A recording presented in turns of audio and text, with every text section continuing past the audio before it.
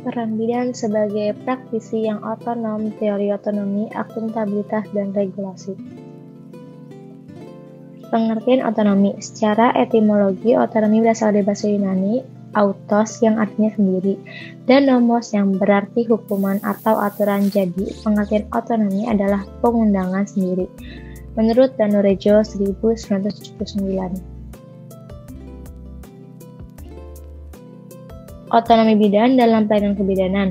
Profesi yang berhubungan dengan keselamatan jiwa manusia adalah pertanggungjawaban dan tanggung gugat atau accountability atas semua tindakan yang dilakukan, sehingga semua tindakan dilakukan oleh bidan harus berbasis kompetensi dan didasari suatu evidence. Accountability diperkuat dengan satu landasan hukum yang mengatur batas-batas wewenang profesi yang bersangkutan. Dengan adanya legitimasi kewenangan bidan yang lebih luas, bidan memiliki hak otonomi dan mandiri untuk bertindak secara profesional yang dilandasi kemampuan berpikir logis serta sistematis serta bertindak sesuai standar profesi dan etika profesi. Praktik kebidanan merupakan inti dan berbagai kegiatan bidan dalam penyelenggaraan upaya kesehatan yang harus terus-menerus ditingkatkan mutunya melalui 1. Pendidikan dan pelatihan berkelanjutan, 2. Penelitian dan dalam bidang kebidanan, 3. Pengembangan ilmu dan teknologi dalam kebidanan, 4. Akreditasi, 5. Sertifikasi, 6. Registrasi, 7. Uji kompetensi. Otonomi dan aspek legal pelayanan kebidanan. 1. Kepmenkes Republik Indonesia 900 Permenkes SK 7/2002 tentang registrasi dan praktik bidan. 2. Standar Pelayanan Kebidanan 2001. 3. Kepmenkes Republik Indonesia Nomor 369 Permenkes SK 3/2007 tentang standar profesi kebidanan. 4. Undang-Undang Kesehatan Nomor 23 Tahun 1992 tentang kesehatan. 5. Peraturan PP Nomor 32 Tahun 1996 tentang tenaga kesehatan. 6. Kepmenkes Republik Indonesia 1277 Permenkes SK 11/2001 tentang organisasi dan tata kerja Depkes. 7. UU Nomor 26, UU Nomor 22 1999 tentang otonomi daerah. 8.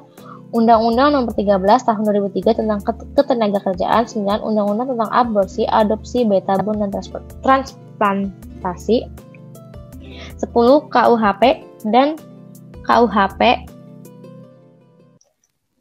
1981. 11. Peraturan Menteri Kesehatan Republik Indonesia Nomor 585 Permenkes per 9/1989 tentang persetujuan tindakan medik. 12. Undang-undang yang terkait dengan hak reproduksi dan keluarga berencana. 2 poin, yaitu A. Undang-Undang Nomor 10.1992 tentang pengembangan kependudukan dan pembangunan keluarga sejahtera. B. Undang-Undang Nomor 23/2003 tentang penghapusan kekerasan terhadap perempuan di dalam rumah tangga. Tujuan otonomi dalam pelayanan kebidanan. Supaya bidan mengetahui kewajiban otonomi dan mandiri yang sesuai dengan kewenangan dasari oleh Undang-Undang Kesehatan yang berlaku. Selain itu, tujuan dari otonomi pelayanan kebidanan ini meliputi A. Untuk mengkaji kebutuhan dan masalah kesehatan, misalnya mengumpulkan data-data dan mengidentifikasi masalah pasien pada kasus tertentu. B. Untuk menyusun rencana asuhan kebidanan, merencanakan asuhan yang akan diberikan pada pasien sesuai dengan kebutuhan yang diperlukan oleh pasien tersebut. C. Untuk mengetahui perkembangan kebidanan melalui penelitian. B. Berperan sebagai anggota tim kesehatan, misalnya membangun komunikasi yang baik antar tenaga kesehatan dan menerapkan keterampilan manajemen. E. Untuk melaksanakan dokumentasi kebidanan atau mengevaluasi hasil tindakan yang telah dilakukan. F. Untuk mengelola perawatan pasien sesuai dengan lingkup tanggung jawabnya, membangun komunikasi yang efektif dengan pasien, dan melakukan asuhan terhadap pasien. Bentuk otonomi dalam pelayanan kebidanan. A. Mengkaji kebutuhan dan masalah kesehatan. B. Menyusun rencana asuhan kebidanan. C. Melaksanakan asuhan kebidanan. D. Melaksanakan dokumentasi kebidanan. E. Mengelola keperawatan pasien dengan lingkup tanggung jawab. Persyaratan dalam otonomi kebidanan. Suatu ketentuan untuk melaksanakan praktik kebidanan dan memberikan asuhan kebidanan sesuai dengan bentuk-bentuk otonomi bidan dan dalam praktik kebidanan. Syarat-syaratnya yaitu 1. administrasi. Seorang bidan dalam melakukan kebidanan hendaknya memiliki sarana dan prasarana yang melengkapi pelayanan yang memiliki standar dan sesuai dengan fasilitas kebidanan. 2. Dapat diobservasi dan diukur. Mutu layanan kesehatan akan diukur berdasarkan perbandingannya terhadap standar pelayanan kesehatan yang telah disepakati dan ditetapkan sebelum pengukuran mutu dilakukan. 3. Realistik. Kinerja layanan kesehatan yang diperoleh dengan nyata akan diukur terhadap kriteria mutu ditentukan untuk melihat standar pelayanan kesehatan apakah tercapai atau tidak. 4. Mudah dilakukan dan dibutuhkan.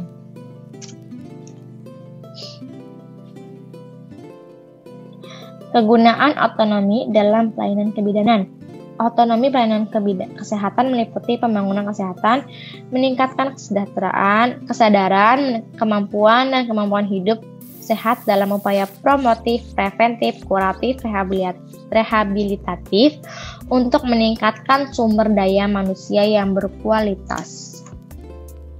Pengertian registrasi. Registrasi menurut keputusan Menteri Kesehatan Republik Indonesia nomor 900 Permenkes SK 7/2002 yaitu proses pendaftaran, pendokumentasian, dan pengakuan terhadap seorang bidan setelah memenuhi standar penampilan minimal yang ditetapkan sehingga mampu dalam melaksanakan profesinya.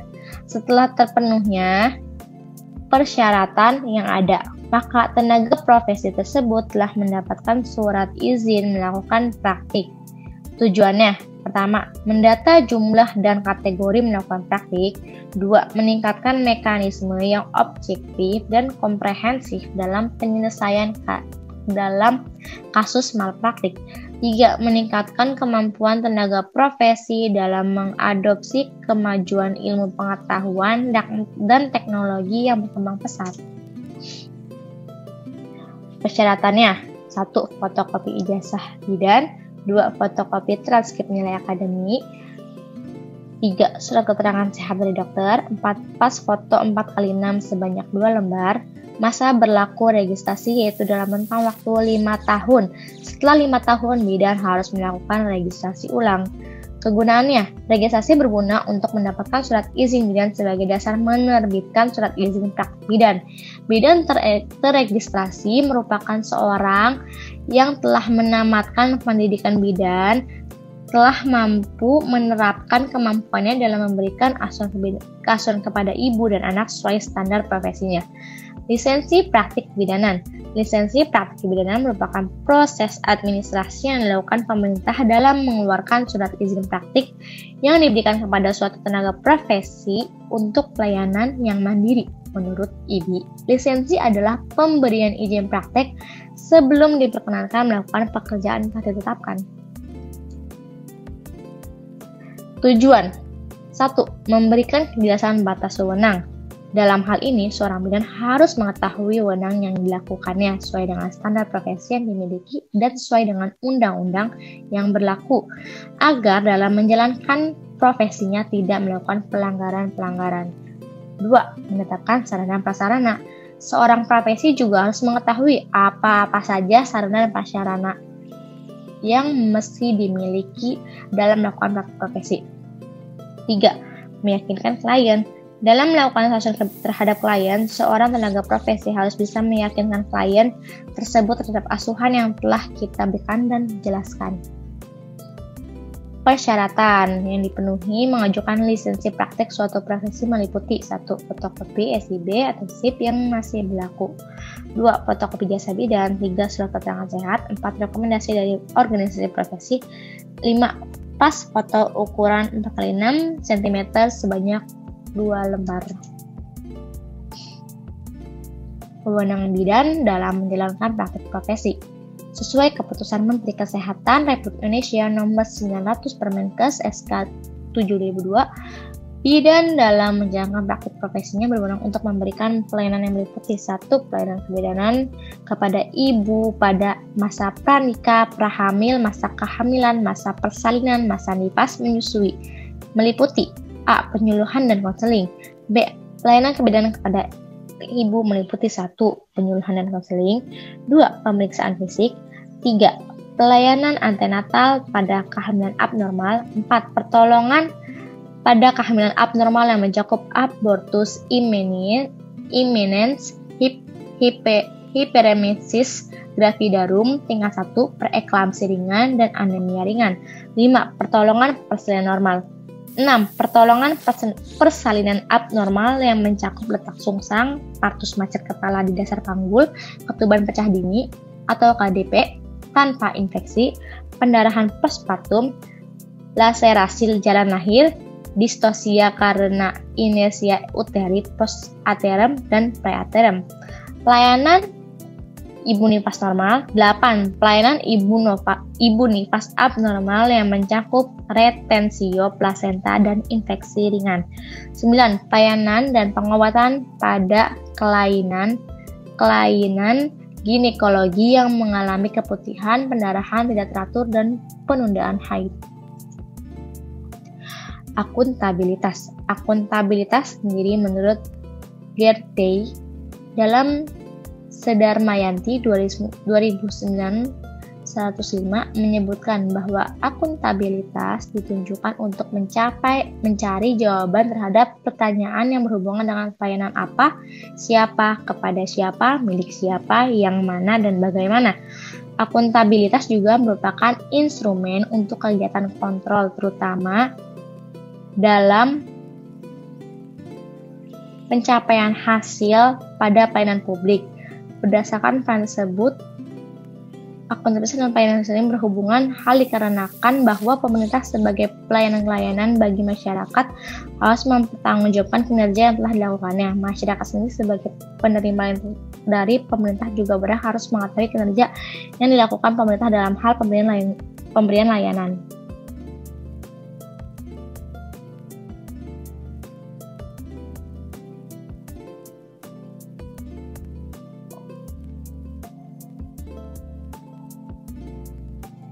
SOP yang telah ditetapkan untuk pemberian pelayanan medik yang telah ditetapkan RSUD Salewangan dengan dasar hukum sebagai berikut. 1. Undang-Undang Nomor 36 Tahun 2009 tentang kesehatan. 2. Peraturan Bupati Maros Nomor 95 Tahun 2016 kedudukan susunan organisasi, tugas, fungsi, dan tata kerja perangkat daerah Rumah Sakit Umum Daerah Salewangan, Kabupaten Maros. 3. Keputusan Menteri Kesehatan Nomor 128 Permenkes SK 2004 tentang kebijakan dasar pusat kesehatan masyarakat. 4. Undang-Undang Nomor 44 2019 Rumah Sakit PMK Nomor 4 Tahun 2018 Kewajiban rumah sakit dan kewajiban pasien. Ketentuan ini mengatur dan mengikat setiap pegawai, perawat, bidan, tenaga medis untuk menjalankan tugasnya dalam memberikan pelayanan kepada pasien berdasarkan prosedur yang ditetapkan dan kebijakan yang diberikan pimpinan sehingga mampu menghasilkan sistem pelayanan rumah sakit yang maksimal sesuai visi misi dan memenuhi standar kualitas pelayanan dalam mewujudkan kepuasan pasien. Akuntabilitas hukum dan kejujuran mencakup pertanggungjawaban seluruh sumber daya terkait dalam lingkup rumah sakit untuk berperilaku jujur dalam bekerja dan mematuhi ketentuan hukum yang berlaku di rumah sakit.